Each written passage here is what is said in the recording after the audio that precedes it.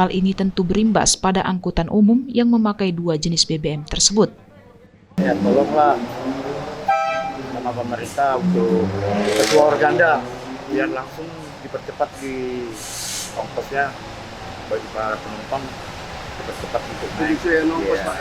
Jangan lupa subscribe YouTube channel Toba TV dan pastikan untuk menyalakan lonceng notifikasinya.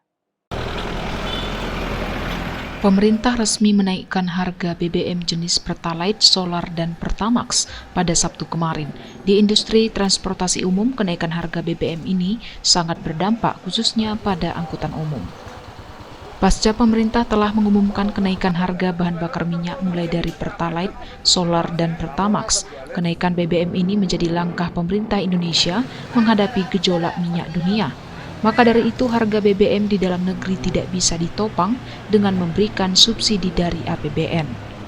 Salah seorang supir angkutan umum, Richard Rumapea, mengatakan hal ini tentu berimbas pada angkutan umum yang memakai dua jenis BBM tersebut.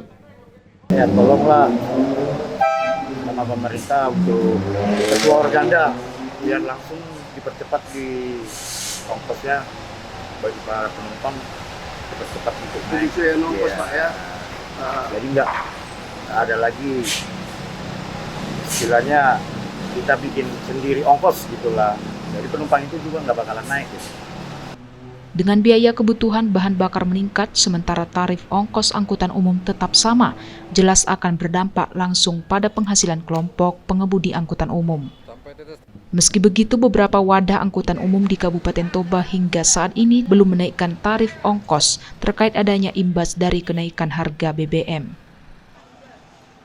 Pelaksana tugas Kepala Dinas Perhubungan Kabupaten Toba Herbin Tampu Bolon ketika dikonfirmasi melalui telepon seluler menjelaskan bahwa untuk saat ini pihak pemerintah Kabupaten Toba harus berkoordinasi dahulu ke Dinas Perhubungan Provinsi Sumatera Utara tentang tarif ongkos angkutan umum terbaru pasca kenaikan harga BBM bersubsidi saat ini.